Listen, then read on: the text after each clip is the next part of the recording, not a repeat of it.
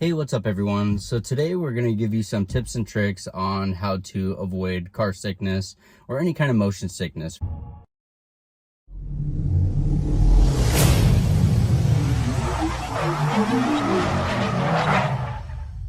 For the last 19 years, my wife has been like a crazy sensitive motion sickness person. So if we go on a road trip, even an hour long, it is likely that she is going to be sick or not pleasant to be around. So as we're driving around, I don't dare ask her to look at the phone or anything like that. But we recently went on a 2,000-mile road trip here in the last couple weeks, and we had great experiences, and we just figured maybe we should share everything that we do to avoid any kind of sickness. So my wife Sarah here is going to go ahead and show you what she does. Hi everybody, I'm Sarah. It was a big win that none of us got car sick. We've got two kids, 7 and 11. About 8 years ago, we did a long road trip, and 5 or 6 hours in, I started to feel sick and started throwing up about every 30 minutes for the remaining 5 or 6 hours of the trip. So doing a 2,000-mile road trip, which with anywhere from 5 to 10 hour stretches a day, and not getting sick was pretty awesome. So a couple tips for you. One is to start out with a full stomach. Before I travel, I always make sure I can eat. I don't know why, but when I travel or do any kind of motion thing with an empty stomach, I'm more likely to get car sick if my stomach is empty. The second one is timing. So I've found that I get more car sick when we travel at night. I think it's because when I'm in the car in the daytime, I can anchor my vision way out ahead. In fact, on the long road trips, all I do is sit here and look way ahead into the distance in the daytime, and that seems to help. If I look at a phone, if I try and read, anything like that, I get sick. And if we travel at night, I can't look way out ahead. I just see all the headlights passing out of my peripheral vision, and that tends to make it worse. I have a whole bag of goodies that I bring with me on every trip.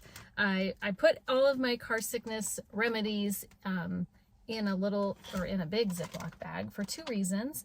One, if I'm not feeling well and I need to find something in the car, I know that whatever I need is in this Ziploc bag. I'm not digging through my purse or the car or something like that. It keeps it all together. And reason number two is if I do get sick, I can just dump everything out of the bag and throw up in the bag, which I've had to do before, but not recently. So let's go through what's in the bag. First of all, I have kids Dramamine. This is my best tip. We used to buy the adult Dramamine. It made me very drowsy and sleepy and not myself.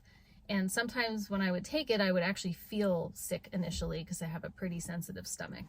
So the kids Dramamine is a half dose of the adult in each pill. It's made of the same stuff. So I can take one kids Dramamine. It's chewable, so it absorbs and works really quickly. And if I need a second one, I can take it, but most of the time I just take one kids Dramamine and it works great. And as a bonus, if the kids start to feel sick, then we have kids Dramamine for them too. One thing to know about kids Dramamine is that you can't buy it just anywhere.